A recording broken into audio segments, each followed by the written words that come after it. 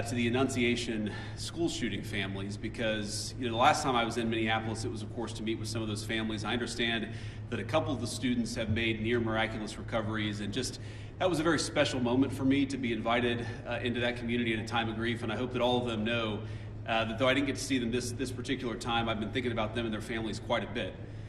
Now, to talk about what I am here to do, which is federal law enforcement to enforce our immigration laws, I want to say just a few things. First of all, I wanted to meet with business leaders, with ICE officers, with local law enforcement to try to understand a little bit better what's going on so that we can tone down the temperature a little bit, reduce the chaos, but still allow us as a federal government to enforce the American people's immigration laws. That is the purpose of my visit. Now, this is step one or step two of that process. There's going to be a lot of work that follows through from here. I'm happy to talk about that, but I think I learned a few things that were very important. So number one of the things I learned is that the guys behind me are doing an incredible job, and frankly, a lot of the media is lying about the job that they do every single day. Now, it doesn't mean that there aren't occasionally stories out there, there aren't occasionally videos out there that suggest that these guys, or at least some of the people who work for them, are not doing everything right. But very often, if you look at the context of what's going on, you understand that these people are under an incredible amount of duress, an incredible amount of chaos, and because of a few very far left agitators, a lot of these guys are unable to do their jobs without being harassed, without being doxxed, and sometimes without being assaulted. That's totally unacceptable. And that's one of the things that I want to send a message to is, yes, come out and protest me, protest our immigration policy, but do it peacefully. If you assault a law enforcement officer, the Trump administration and the Department of Justice is going to prosecute you to the fullest extent of the law. And I wanted to show some support for these guys who, frankly, are operating in a very, very tough environment. I heard a lot of stories today about that I think drives home just how chaotic the environment on the ground here has already gotten. For example, did you know that within the last, I think, week or so, maybe even more recently than that, you had a couple of ICE officers who were off duty, who have been doxxed online, who were sitting and having a meal at a restaurant in Minneapolis when a bunch of agitators showed up, locked the door, made them feel like they were in danger for their lives, and then, of course, it was federal law enforcement officers who had to come up, lower the temperature on the situation, and actually get those two off-duty officers to a point of safety. Now imagine, if you would, your life and your perspective on law enforcement if you can't even go to a restaurant without some agitators locking the door and making you feel like your life is in danger. That is the environment that has been created, I think, by a lot of very, frankly, far left people, but also by some of the state and local law enforcement officials who could do a much better job in cooperating and working. And by the way, I'm not talking about the cops, who these guys told me on the ground, the cops are very sympathetic to what they're dealing with. I'm talking about state and local elected law enforcement officials who could do a lot better job in making their lives a little bit easier, and in the process, they would make the lives of all Minneapolis residents easier, and that's what we want. We want to be able to enforce the immigration laws on the one hand, while on the other hand, we want to make sure that people in Minneapolis are able to go about their day. And I want to say just one last point on this. So I heard from a business leader today. He told me a very tough story, and I think so much of what's gone wrong in Minneapolis is people not trying to understand the perspective of somebody else. Try to understand what somebody else is experiencing, whether they're a law enforcement officer or anybody in the community here in Minneapolis. So they told me a story about this manufacturing facility where an illegal immigrant was being arrested, and as these employees are going into the manufacturing facility, all of a sudden an illegal immigrant shows up, they don't know it's an illegal immigrant, and then a bunch of ICE officers descend. Now these people just want to go to work, they want to go to work safely, and now all of a sudden there's a major law enforcement operation happening right outside their place of business. Now from one perspective, I certainly understand why a business leader or why an employee would say, whoa, what's going on? It's a little scary no matter your position in life if a bunch of cop cars show up and they're arresting somebody. Now the additional context is that we know that people online have been encouraging illegal immigrants that one way they can evade arrest is by showing up at a legitimate place of business, making it impossible for these guys to actually enforce our immigration laws. So while I can understand the perspective of somebody who doesn't want to see an arrest happen at their place of work, I can also understand the perspective of our immigration enforcement officers who have to do their job and can't allow a heckler's veto over our immigration enforcement. And so much of what's gone wrong is the failure to do that. And here's the point. We can do a good job of enforcing our immigration laws without the chaos, but it actually requires the cooperation of state and local officials. If you look at blue cities and blue states, red cities and red states, you go to Austin, Texas, or Memphis, Tennessee. You go to the state of Texas, obviously a very red state, or the state of Tennessee, a very red state, but you've got blue cities within those states, you do not have this level of chaos. The reason why things have gotten so out of hand is because of failure of cooperation between the state and local authorities and what these guys are trying to do. We have a ton of resources, a ton of ICE agents in this city right now that I would rather us not have. I'd love to send those guys home. They're not even doing targeted immigration enforcement. They are trying to protect ICE officers who are doing immigration enforcement, because when a crowd surrounds them and these guys call 911, the local officials, the local cops have been told to stand down. So we have people here who aren't even doing immigration enforcement, they're doing force protection. So that if a rioter tries to ruin the life or assault an ICE officer, they're actually protected. Now, why doesn't it make more sense for the local cops to get involved in that situation? Why not just have the mayor or the local officials tell the police officers, you know what, if an ICE officer is being assaulted by a far-left agitator, you are invited, you should actually help him. That's what would work out in any normal situation, and that's what happens in nearly every jurisdiction, red or blue, in the United States of America. The reason it hasn't happened here is because the local authorities have been told, stand down, do not help ICE, promote the violence, promote the agitation, but don't do anything to lower the temperature and lower the chaos. That's a problem. Here's another example of how the lack of cooperation between state and local officials makes it harder for us to do our job and turns up the temperature. Let's say, for example, we have a criminal migrant who is a sex offender. And let's say that we've got to go and arrest that person who, Democrat or Republican, wants a sex offender living in their community. I would assume, I would hope that most people don't. But because they're an illegal alien, we don't know their last address. We may have known their address 3 years ago, but we don't know their address now.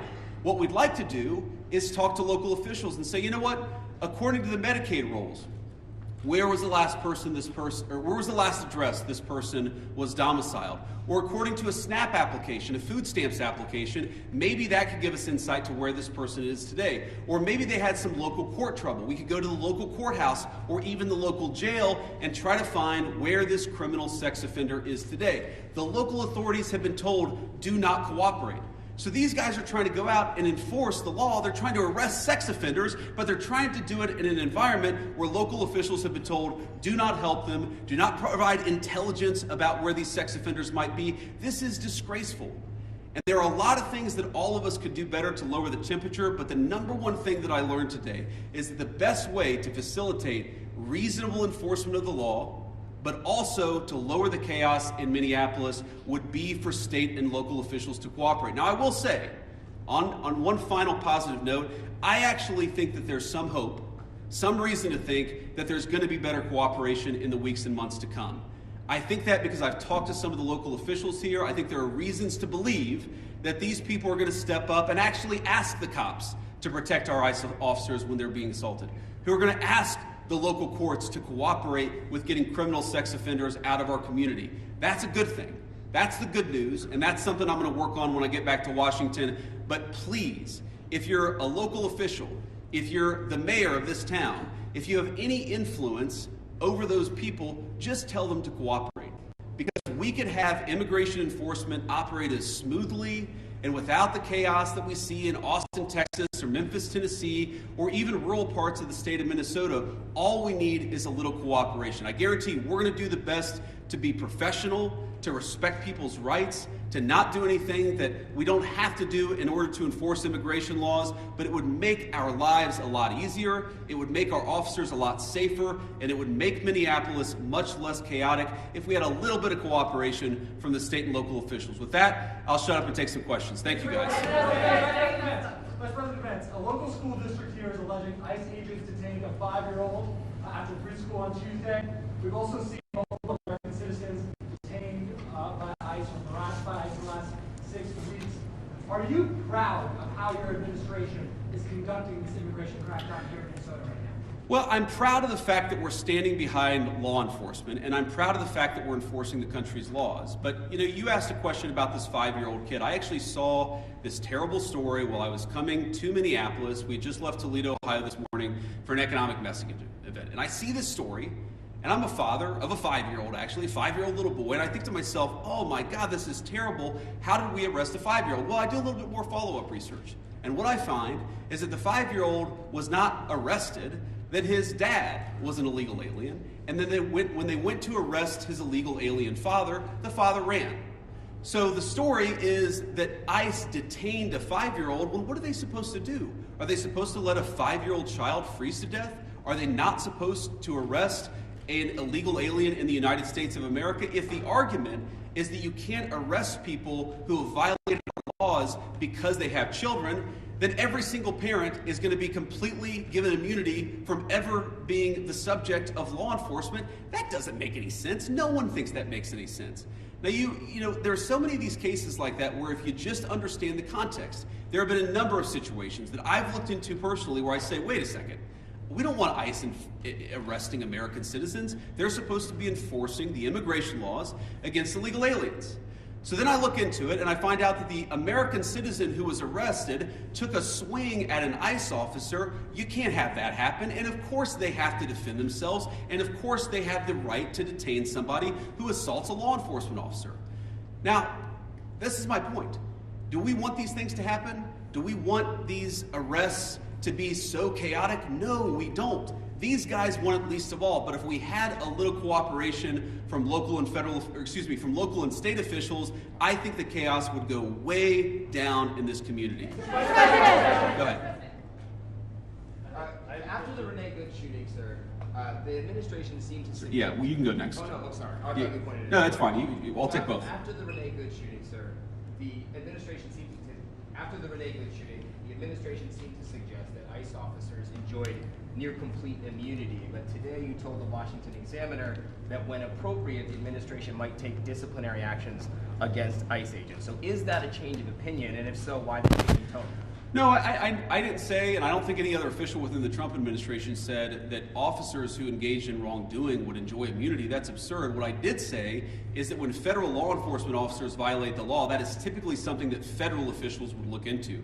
We don't want these guys to have kangaroo courts. We want them to actually have real due process, real investigation, because again, sometimes they're accused of wrongdoing, and it turns out when you learn the context, they didn't actually do anything wrong. But of course we're going to investigate these things. Of course we're investigating the Renee Good shooting, but we're investigating them in a way that respects people's rights and that ensures that if somebody did something wrong, yes, they're going to face disciplinary action, but we're not going to judge them in the court of public opinion. I've spoken at length on this particular case. I think that Renee Good's death is a tragedy. I also think that she rammed an ICE officer with her car. So the tragedy here is multi-layered. The tragedy is there was a misunderstanding. The tragedy is that Renee Good lost her life. The tragedy is that you have ICE officers who are going into communities where they're worried that if they call 911, no one's going to come to help them. That is what produces this terrible situation, and it's something state and local officials here in Minnesota could solve. Yes, sir. Could you give us a message towards the March for Life tomorrow, especially regarding this cooperation and family values? It's a shame the kids have to get caught up in all this, and towards that. Well, it is a shame that kids have to get caught up in this. I am speaking at March for Life tomorrow. I'm pro-life, and I'm very excited to speak there. I want to talk about local law enforcement, but I am. As a child, I saw people in my family get arrested. It's terrible. It's heartbreaking, it's chaotic, it's traumatic for the kids. I can recognize that, and I can recognize that we got to support these kids, while on the other hand saying that just because you're a parent doesn't mean that you get complete immunity from law enforcement.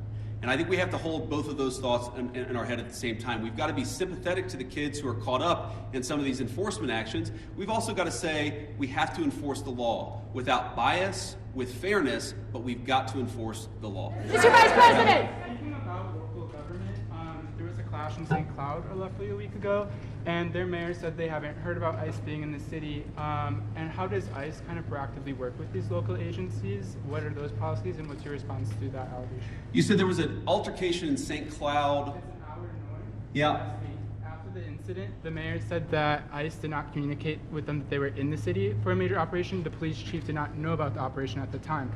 Could you talk a little bit about proactive communication with local law enforcement? Yeah, it's one of the takeaways. I've talked with these guys before we came on the stage, but during our roundtable and some of the other conversations we've had. Communication, we absolutely want to ensure there's good communication between federal officials and state and local officials, and I'm sure that we can do better on that. We absolutely want to make sure that we are communicating, but that also requires a two-way street, and that's the point that I make about state and local officials. These guys will absolutely communicate with state and local officials. They'll tell people if they have to do an enforcement operation in a particular municipality, but part of that is they also want to ensure that if they're communicating about their whereabouts, that's not being used as a weapon against them. Sometimes they tell people where they're going, and then they find out that their agents' faces are on on Reddit or on some social media thread saying, here's this guy, we know he's going to be at this place at this exact time. So that communication has got to be a two-way street. These guys are going to communicate with business leaders, with local officials, with state officials. But we also need the local officials and state officials to do a good job of protecting people when they're in their communities. We're not asking, by the way, we don't want any police officer in this community, in this state, to help us do immigration enforcement. We've got that. But if a protester shows up and that protester turns violent against our immigration officers, we really, really need the cooperation of our local partners. We haven't gotten it yet, but I think if we do, we really can lower the temperature. This week, colleague at the Washington Post reported today that an ICE memo allows agents to enter people's houses without a judge's warrant. What do you say to people who are concerned about this violating the Constitution, and how much is this tactic being used? Yeah, so I saw that story, and the story is like so much that I read in the mainstream media, it's missing a whole lot of context, and when you appreciate the context, it makes sense. No one is saying, look, there are exceptions. For example, a crazy exception, if somebody is fired at from inside a house, they don't need a warrant to go inside that person's house. There are very narrow exceptions to the warrant requirement where law enforcement officers don't need a warrant if, for example, they're an imminent threat of their lives. But what we've said and what ICE has proposed, what the Department of Homeland Security really has proposed in the Department of Justice, is that we can get administrative warrants to enforce administrative immigration law.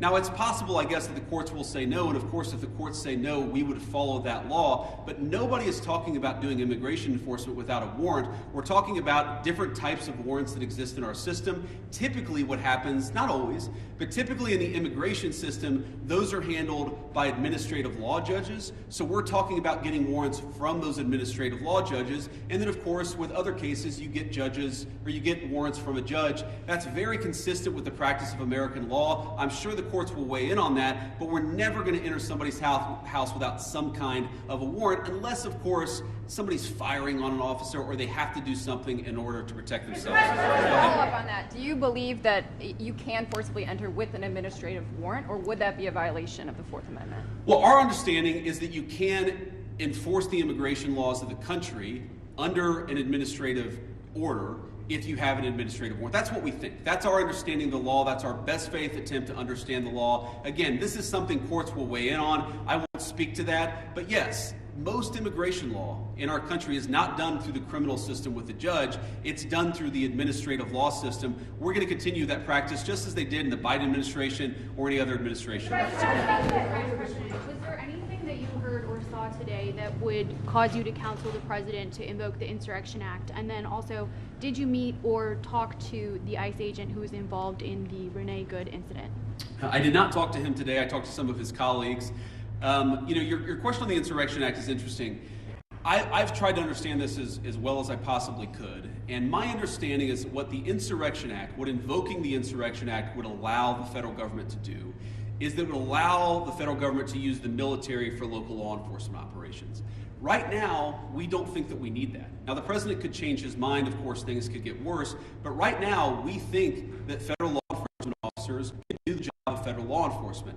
Now, what I do worry about, again, is if the chaos gets worse, if more and more ICE agents start getting assaulted, if other law enforcement officers start getting assaulted, that would be a real problem. But again, we have so much federal law enforcement resources here right now. We have so many people here that we do not want to have here. I do not want so many ICE officers in Minneapolis right now. I mean, good Lord, it's really, really freaking cold outside.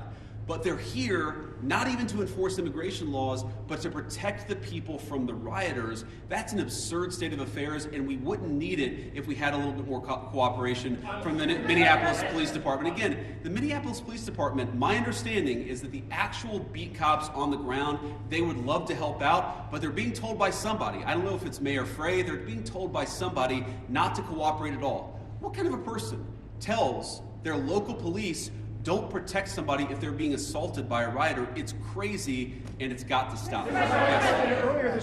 Earlier this week, local law enforcement accused federal agents of racial profiling.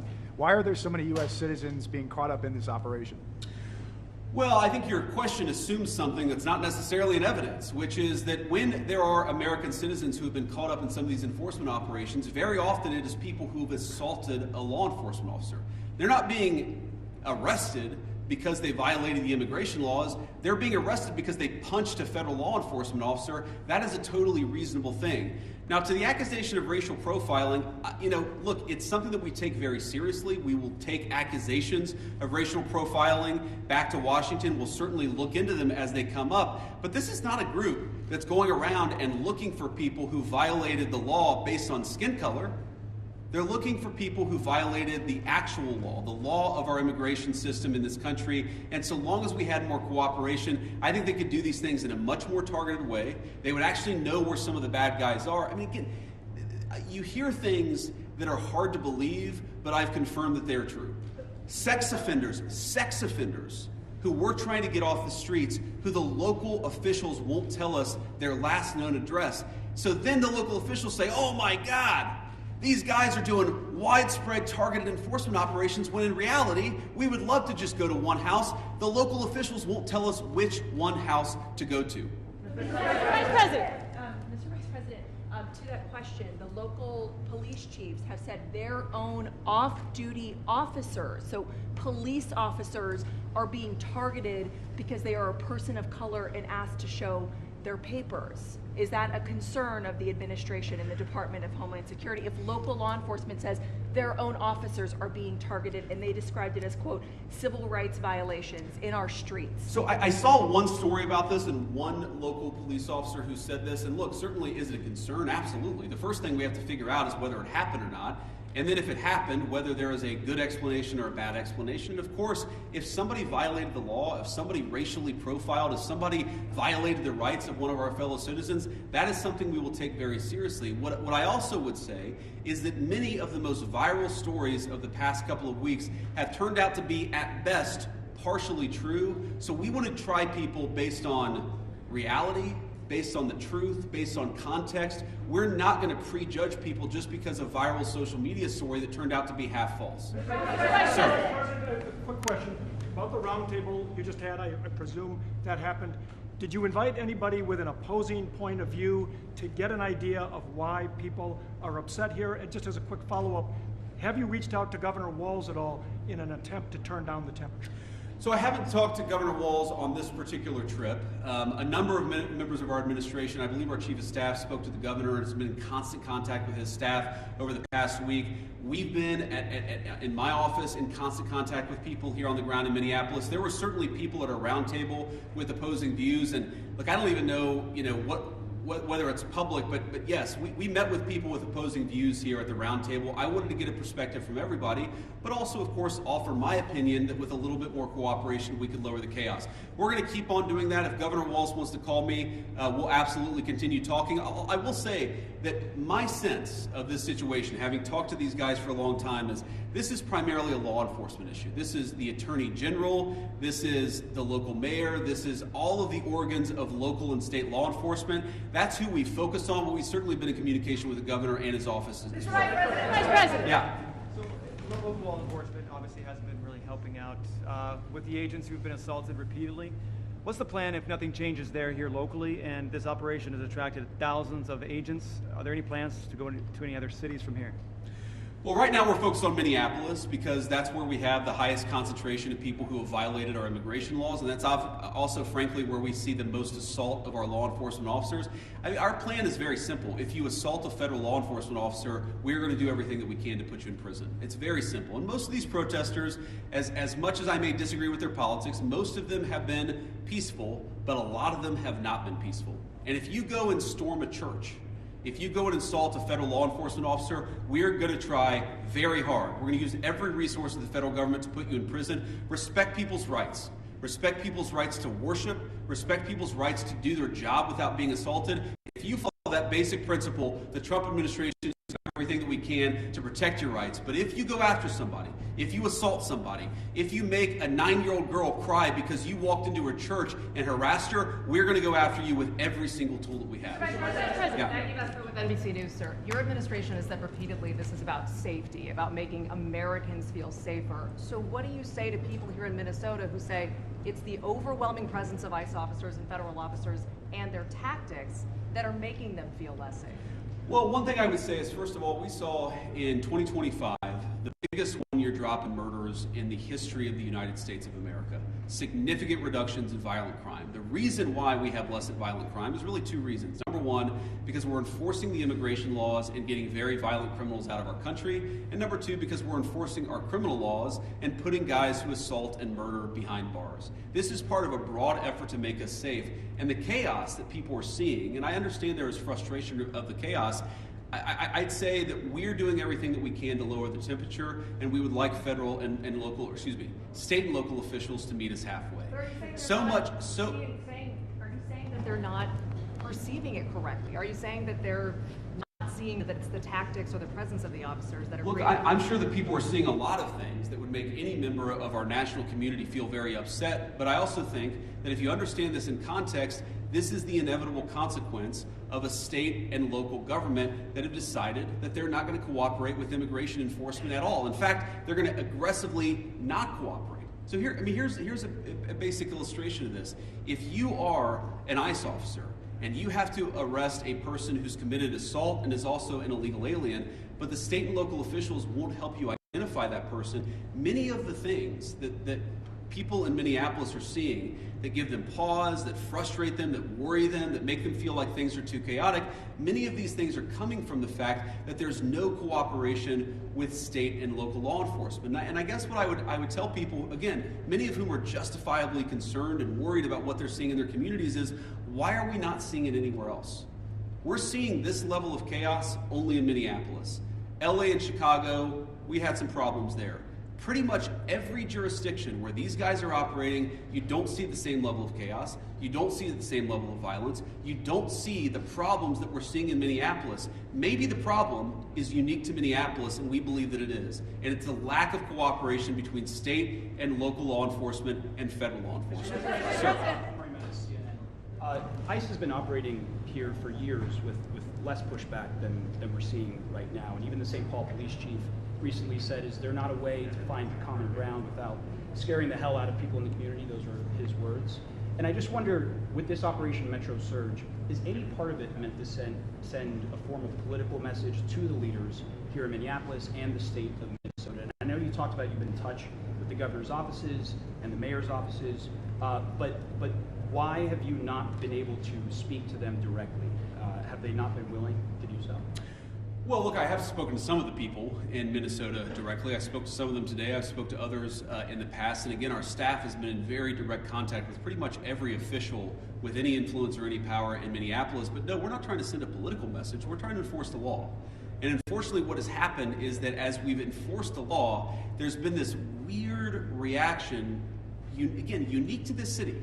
This is not a common thing across the United States of America. There's been a very unique, very Minneapolis-specific reaction to our enforcement of federal immigration laws. What I'm trying to do here today is understand why that is. What is it about Minneapolis that has become so chaotic? What are the specific types of cooperation that we need? Look, I don't need Tim Walz or Jacob Frey or anybody else to come out and say that they agree with JD Vance or Donald Trump on immigration. I just don't need that. What I do need them to do is empower their local officials to help our federal officials out in a way where this can be a little bit less chaotic and it can be a little bit more targeted. Like if we're trying to find a sex offender, tell us where the guy lives.